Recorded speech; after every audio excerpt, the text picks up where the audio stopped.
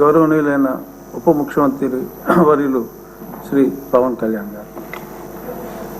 Thank you sir.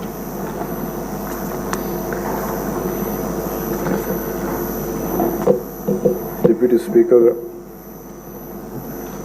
ఈరోజు ఎన్నికైన శ్రీ కనుమూరి రఘురామకృష్ణరాజు గారికి మనస్ఫూర్తిగా నా శుభాకాంక్షలు తెలియజేస్తాను. గౌరవ ముఖ్యమంత్రి శ్రీ నారా చంద్రబాబు నాయుడు గారికి, గౌరవ శాసనసభ్యులకు, మంత్రివర్గ సభ్యులకు, ప్రతి ఒక్కరికి నా హృదయపూర్వక నమస్కారాలు. గత 5 సంవత్సరాల కాలంలో కానీ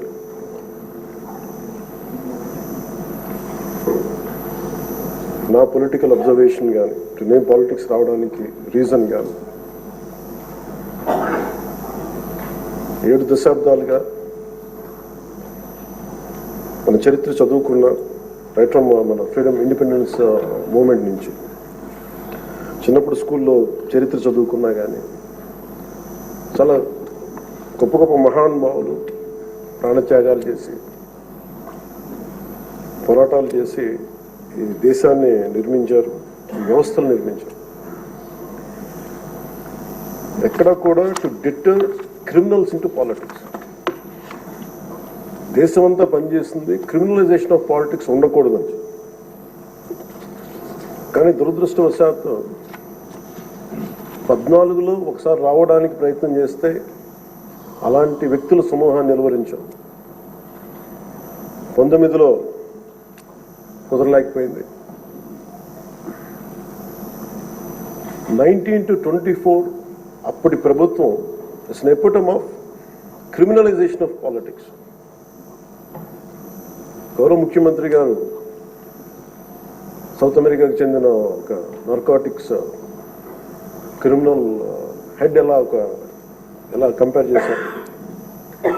క్రిమినల్ మైండ్ సెట్తో ఉన్న వ్యక్తులు కనుక రాజ్యాన్ని వెళ్తే వాళ్ళు దేనికి గౌరవం ఇవ్వరు, వ్యవస్థలకు గౌరవం ఇవ్వరు, రాజ్యాంగ విధానాలకు గౌరవం ఇవ్వరు, ఎవరైనా బలి చేయగలరు.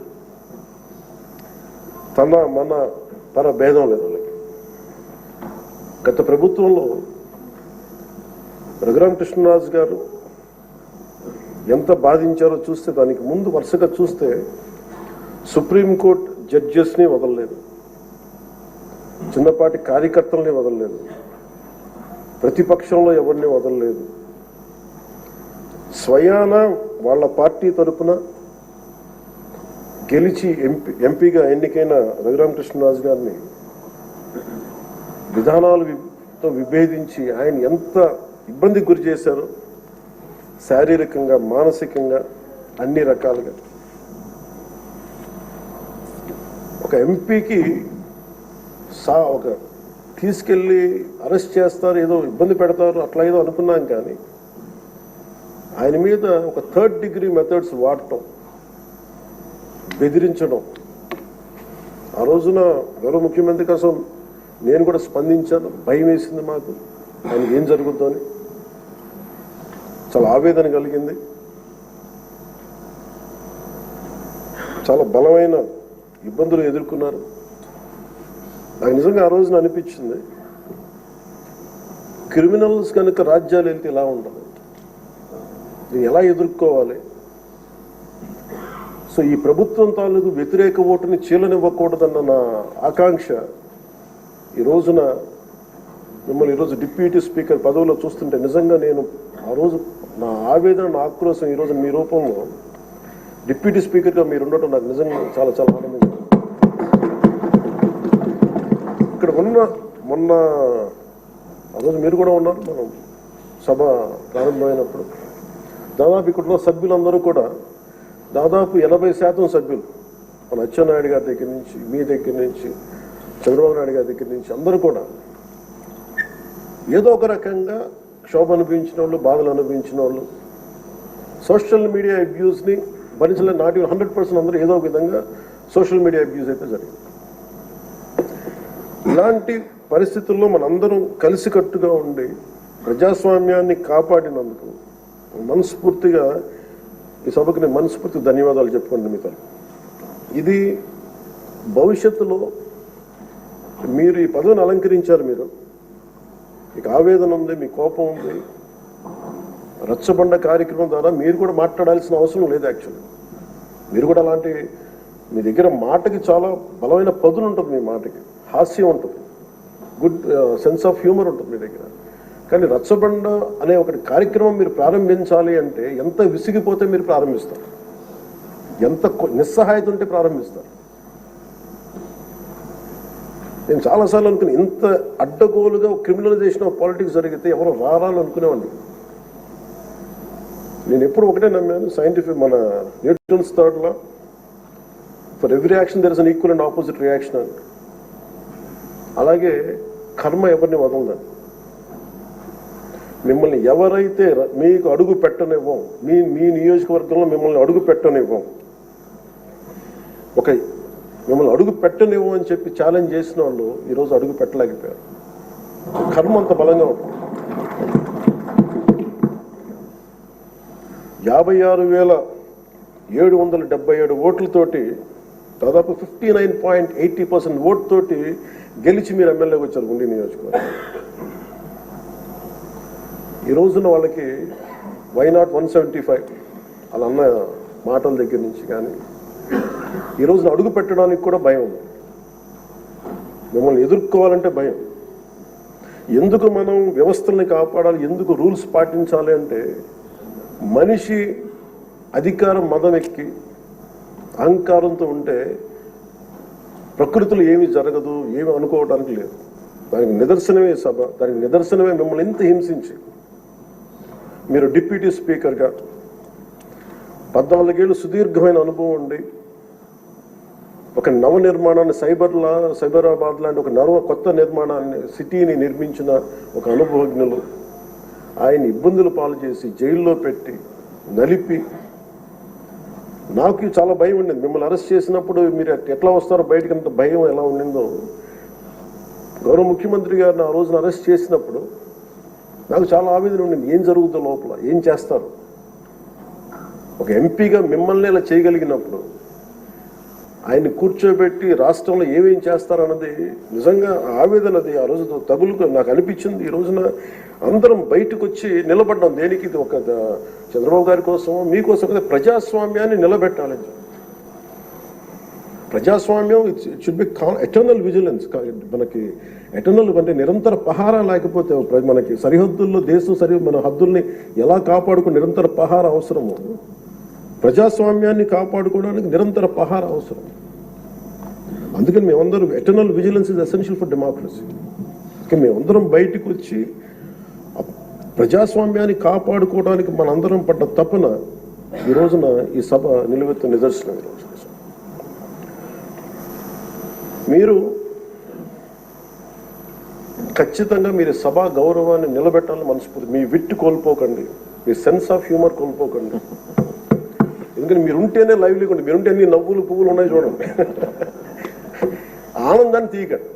అట్ ది సేమ్ టైం మేము కోరుకునేది కూడా ఆ ప్రజాస్వామ్యం తాలూకా విలువల్ని, ఆ భాషని కాపాడు. సభల్లో భాష దిగజారిపోతే అది రోడ్ల మీదకి వెళ్ళిపోతుంది ఈరోజు.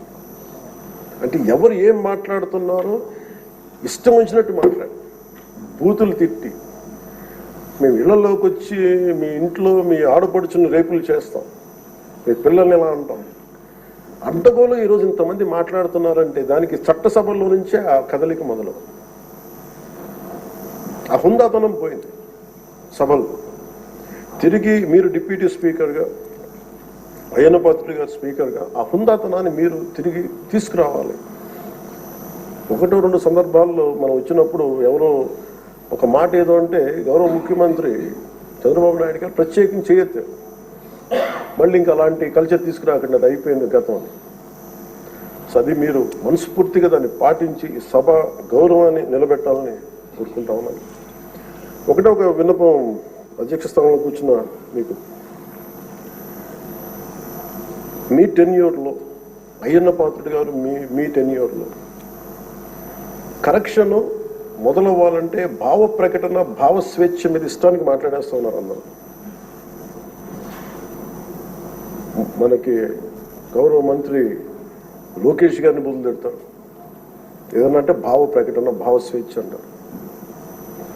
దీనికేదో ఒక ఫైనల్ కరెక్షన్ ఈ సభలో జరగాలని కోరుకుంటున్నాను.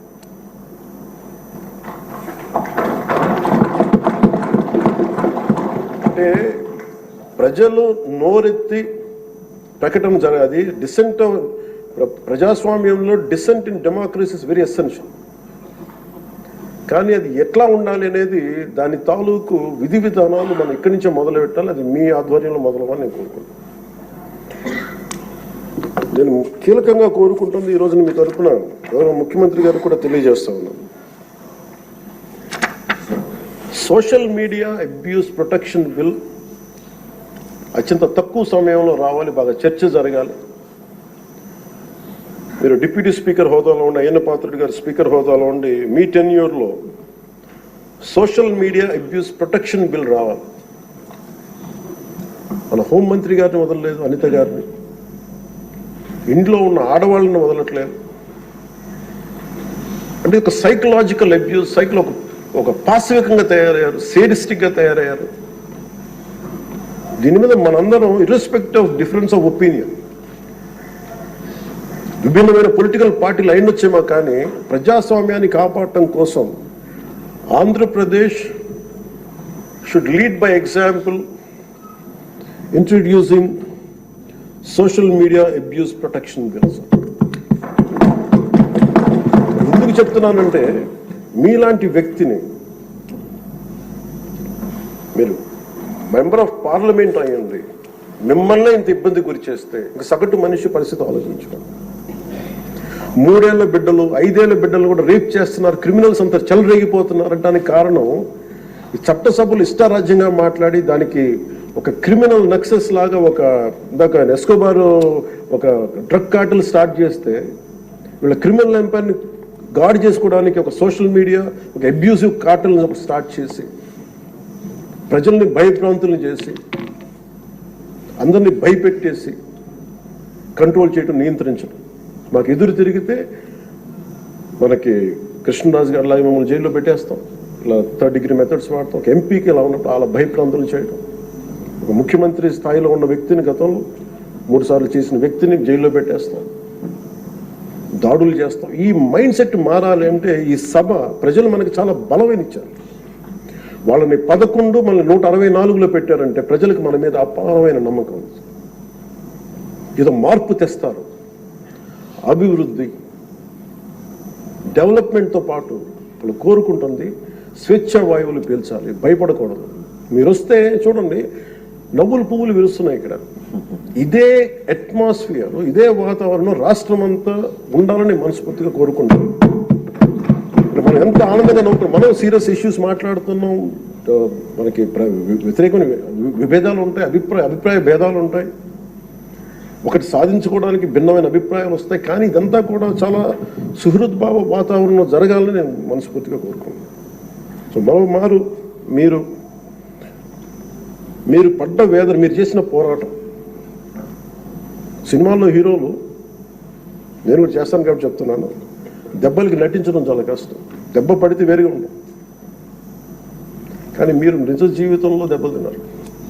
ఎంత శక్తి కావాలి, ఎంత పోరాట పటిమ కావాలి, ఎంత శౌర్యం ఉండాలి, ఎంత ధీరత్వం ఉండాలి మీకు. ప్రభుత్వం వస్తో లేదో తెలియదు, మళ్ళీ వాళ్ళే రావచ్చు, కానీ తట్టుకొని మీరు నిలబడ్డారు చూసారా, దానికి మీకు హ్యాట్స్ ఆఫ్ సార్. వండర్ఫుల్. మీరు ఎలా నిలదొక్కున్నారో, మీరు ఎలా ధైర్యంగా ఉన్నారో అది రాష్ట్రం అందరికీ మమ్మల్ని కోరుకుంటాం. మీదేది కోల్పోకండి. మీ సెన్స్ ఆఫ్ హ్యూమర్ మటుకు 80% కోల్పోకండి. మీరు రచ్చబండలో ఒకప్పుడు చేసేది కాదనట్లేదు, కానీ మీ ఎంజాయ్డ్ ఇట్. కానీ మాకు భవిష్యత్తులో మళ్ళీ దాన్ని మీరు టోన్ డౌన్ చేస్తారు, ఎలా చేస్తారో తెలియదు, కానీ మీ సెన్స్ ఆఫ్ హ్యూమర్ కోల్పోకుండా సభని హుందాగా నడిపి తిరిగి విలువలు ప్రతిష్ఠించమని మనస్ఫూర్తిగా కోరుకుంటూ, మీకు మరోమారు మీకు అవకాశాన్ని ఇచ్చిన నారా చంద్రబాబు నాయుడు గారికి, సభ్యులందరికీ కూడా మనస్ఫూర్తిగా ధన్యవాదాలు తెలియజేసుకుంటూ మీకు శుభం కలగాలి మనస్ఫూర్తిగా నేను.